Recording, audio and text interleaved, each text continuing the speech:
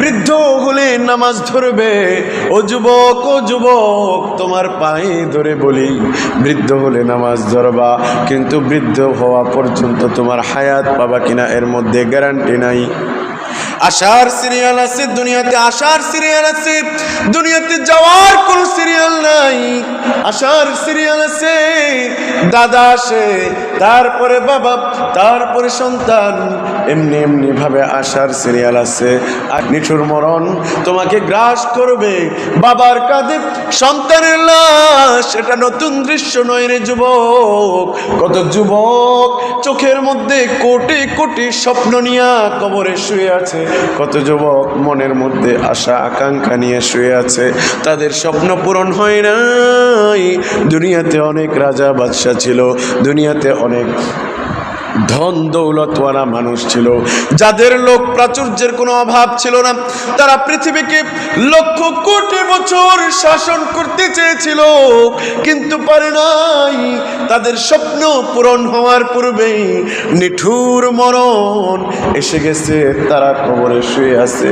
তাদের কবরের উপরে গরু ছাগল ঘাস খায়, গরু ছাগল প্রস্রাব করে, পায়খানা করে, তারা এবার মতো শক্তি আজ নাই।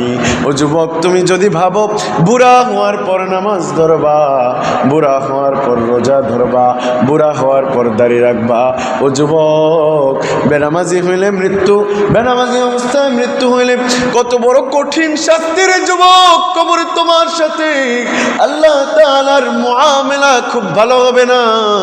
3 প্রশ্নের উত্তর না দিয়া কবরের ঘাটি থেকে বাঁচতে পারবা না।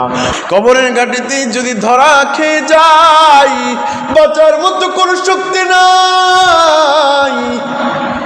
যদি বেনামাজি অবস্থায়, পাপাচারী অবস্থায়, দাড়িহীন অবস্থায় যদি দাঁড়াও, কবরের মধ্যে যাও, আল্লাহ তাআলা মুনকার নাকিরকে যে পাঠাবে, তাদের সওয়াল জবাব দিতে পারবো না।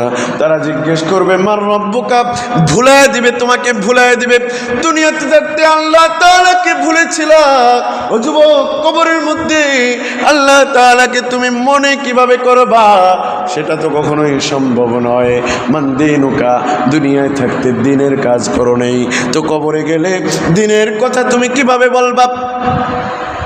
দুনিয়ায় থাকতে নবীজির আদর্শকে নিজের মধ্যে ফিট করো নাই, কবর প্রশ্ন করবে ওয়ামান হাদার রাজুল, রাসূল সাল্লাল্লাহু আলাইহি ওয়াসাল্লামের চেহারা মুবারক দেখায়া জিজ্ঞেস করবে ওয়ামান হাদার রাজুল, এই লোককে, এই লোকের সম্পর্কে যা জানো বলো।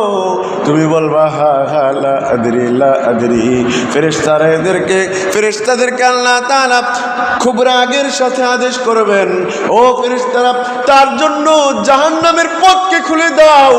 কবরের মাটি এক পাশ থেকে আরেক পাশে এমন ভাবে চাপ দিবে, পাঁজরের হাড্ডিগুলো একটা আরেকটার মধ্যে ঢুকে যাবে। সাপ চলে আসবে, দিন্নিন নামক সাপ, এমন ভয়ঙ্কর সাপ, এমন ভয়ঙ্কর সাপ, এমন ভয়ঙ্কর সাপ, যেই সাপের 7টা করে মাথা থাকবে। এই সাপ যদি পৃথিবীতে, হাদিস শরীফে এসেছে, এই সাপ যদি পৃথিবীর মধ্যে একবার নিঃশ্বাস ছাড়ে, এই নিঃশ্বাসের বিষক্রিয়াতে পৃথিবীতে কোনো গাছপালা, তরুলতা, কোনো কিছুই, উদ্ভিদ জন্ম হবে না। নাউজুবিল্লাহ, কেমন কঠিন সাপ! এই সাপ কবরের মধ্যে দংশন করতে থাকবে। কত ভয়াবহ আগুনের মধ্যে আল্লাহ তাআলা নিমজ্জিত করবেন। এজন্য আল্লাহ তাআলা বলেন, ইয়া আইয়ুহাল্লাযীনা আমানু তাকুল্লাহা হাক্কা তুকাতিহি ওয়া লা তামুতুন্না ইল্লা ওয়া আনতুম মুসলিমুন। হে ইমানদার ও আমার বান্দারা, আল্লাহ তাআলাকে যথাযথভাবে ভয় করো, আল্লাহ তাআলাকে ভয় করার মতন ভয় করো। ওয়ালা তামুতুন্না ইল্লা ওয়া আনতুম মুসলিমুন। বান্দারে সাবধান, সাবধান, মুসলমান না হয়ে কিন্তু কবরে আইসো না, মুসলমান না হয়ে কিন্তু মৃত্যুবরণ কইরো না। এখন যদি বেনামাজি হয়ে মৃত্যুবরণ হয় তাহলে তো আমাদের মৃত্যুটা মুসলমানের মৃত্যুবরণ হলো না। আমাদের জীবনে রোজার খাতা যদি শূন্য থাকে, আমাদের জীবনে যদি যাকাতের খাতা শূন্য থাকে, আমাদের জীবনে যদি আমলের খাতা শূন্য থাকে, তাহলে আমাদের তোরা তো মুমিনের মৃত্যু হলো না, মুসলমানের মৃত্যু হলো না। কবি বলেন, कैसे कैसे बादशाह रानिया शहजादियाँ तन बदन सब गल गई है शक्ल सूरत क्या हुई, तन बदन सब गल गई है शक्ल सूरत क्या हुई।